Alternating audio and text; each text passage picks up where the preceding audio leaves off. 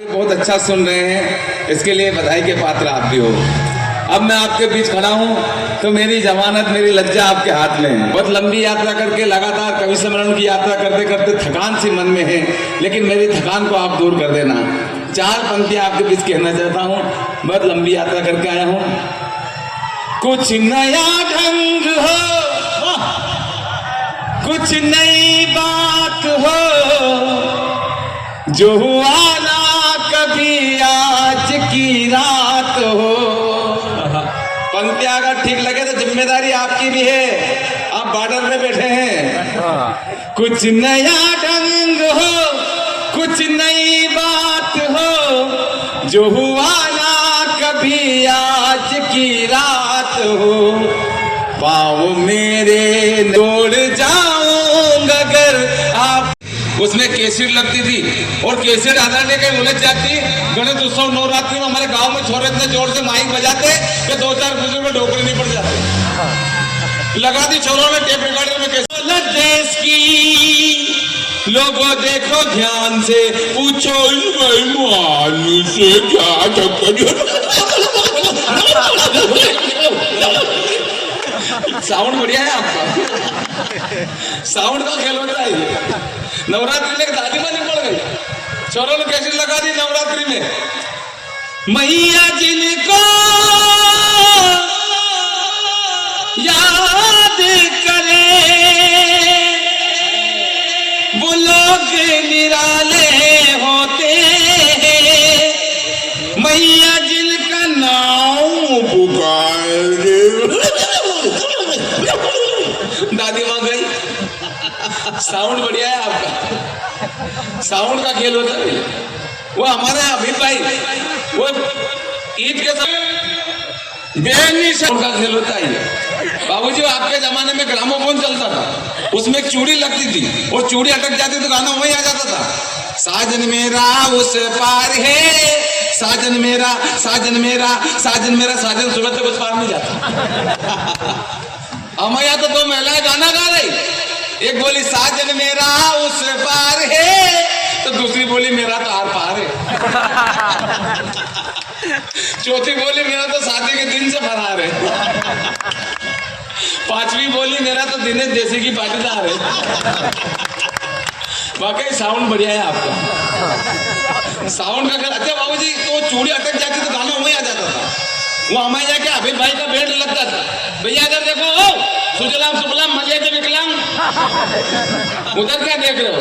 वो अभित भाई का बेल्ट लगता था और बेल्ट लगता था तो वो क्यों चूड़ी लगा के चला जाता। बकरी चराने के लिए, घंटे की चूड़ी बकरी चराने के लिए चला जाता था। पूरे गांव वाले ढूंढे अभित को, क्यों अभित को देखा आदरणीय वो केसर लगा के चला गया। पंकज उदास की गजल। चिट्ठी आई है, चिट्ठी आई है, डोली में जब बैठी बहना, रास्ता देख रहे थे नैना। मैं तो बाप हूँ, मेरा क्या है, तेरी माँ का, तेरी माँ का। सारे लोग ताली बजा भी रात में चूड़ी एक दे।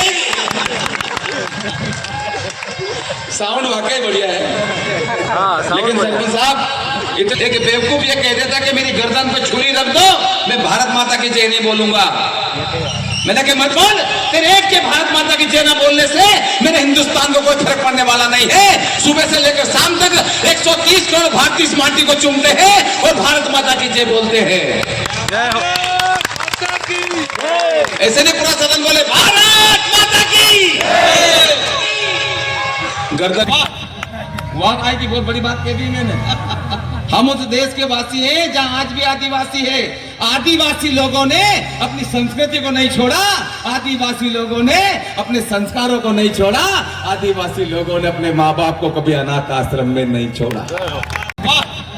वहां आई की बहुत बड़ी बात कह दी मैंने। हम उस देश के वासी हैं जहां आज भी आदिवासी है। आदिवासी लोगों ने अपनी संस्कृति को नहीं छोड़ा, आदिवासी लोगों ने अपने संस्कारों को नहीं छोड़ा, आदिवासी लोगों ने अपने माँ बाप को कभी अनाथ आश्रम में नहीं छोड़ा। बाबूजी के जमाने में गाने होते थे, छोटे थे, छोटू बाबूजी के जमाने में गाने होते थे कि आज मेरे यार की शादी है, लगता है जैसे सारे संसार की शादी है। लेकिन आजकल के गाने तेने दुल्ला किन्ने बनाए भूतनी के।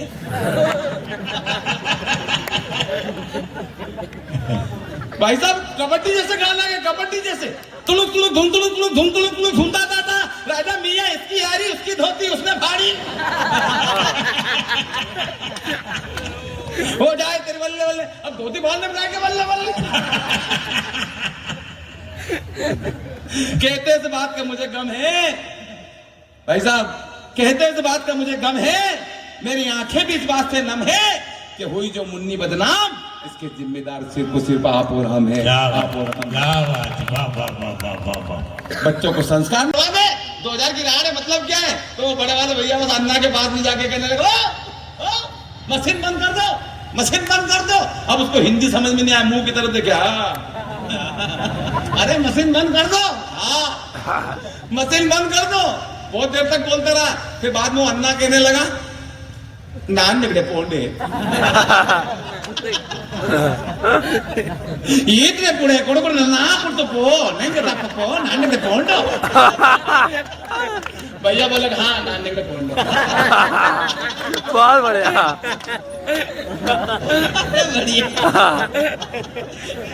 ना ना पोड़े पुड़को पो पेंडो पेंडो पुड़को पो।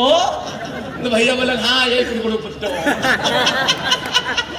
अब उनको समझ में नहीं आई, ये हिंदी बोले उनको हिंदी समझ में नहीं आए, वो तेलुगु तमिल बोले उनको तमिल समझ में नहीं आए। अब ये दोनों कर रहे हैं, मशीन बंद कर दो, हाँ हो गया काम, मशीन बंद कर दो, हाँ हो गया काम। ना ना पोड़े पुड़को पो नान निकले पोंडो। भैया बोले हाँ नान निकले पोंडो। सरपंच साहब इनके नान निकले पोंडो में एक राड़ गई। अब वो जा रहे राड़ को कौन रोक सकता है। 2000 रुपए गए, मैंने भैया को बोला वो मशीन बंद करने का बोल दिया उसको, हाँ हाँ बोल दिया। मैंने क्या बोला वो यूं नान निकले पोंडो। बहुत वरना लोग केवल सरपंच बन जाते हैं और करते कुछ भी नहीं है। जंगल में चुनाव आया, सारे जानवर इकट्ठे हो गए और सारे जानवर कहने लगे कि यार जब गांव के अंदर सरपंच चुनते हैं तो अपन जंगल का भी एक सरपंच बनाए। तो सारे लोगों में बहस चली किसको सरपंच बनाए। शेर कहने लगा मुझे बनाओ। बोले यार इसको सरपंच बना तो दिया लेकिन इसके पास शिकायत लेके जाएगा कौन। बोले ऊंट को बना दो। बोले सरपंच थोड़ा देखने में ढंग का होना चाहिए। फिर क्या करें, बंदर को बना दो। तो सर्वसम्मति से तय किया जाता है कि बंदर को सरपंच बना दिया जाता है। अब बंदर को जैसे सरपंच बनाया तो शेर को गुस्सा आया और बकरी के बच्चे को उठा के भाग गया। अब बकरी के बच्चे को उठा के भाग गया तो बंदर के पास में गए, बोले सरपंच साहब आपको हमने वोट दिए तो वो शेर हमारे बच्चे को उठा के ले गया। सरपंच कहा चिंता मत करो, जो बंदर चढ़ा पेड़ के ऊपर इस जगह पे उस जगह पे इस जगह पे 3-4 दिन हो गए। इस जगह पे 4-5 दिन से यही कर रहा है। अब बकरी देखे उसको। हम हंसना भूल गए सर, तब जाके बीपी शुगर हार्ट अटैक की बीमारी हमारे शरीर के अंदर आई है। क्या बात है भाई साहब, हंसते रहिए, मुस्कुराते रहिए, खिलखिलाते रहिए, क्योंकि हंसने से सारी बीमारियां दूर होती है। और हंसने के लिए कहीं जाने की जरूरत नहीं, भगवान ने सबको दांत दिए। हंसने की कला बताते ना कि केवल इंसानों को दिए, रोना सबको आता है। सरपंच साहब जानवर जितने भी है सारे रो सकते हैं लेकिन हंस नहीं सकते। साउंड बढ़िया। देखा गधे को भी रोते हुए देखा होगा, भैंस को रोते हुए देखा भैंस को रोते हुए। गिचड़े आते हैं ना, गिचड़े उसमें उस गिचड़े के अंदर आंसू आते। रोना सबको आता है लेकिन हंसने की कला केवल इंसानों को दी है। और जब हंसने से सारी बीमारी दूर हो रही है तो हंसने के लिए कहीं जाने की जरूरत नहीं, भगवान ने सबको दांत दिया आपको। अगर न भीड़ में शर्म आ रही तो कोने में चले जाओ, वहां जाके अगर आप भीड़ में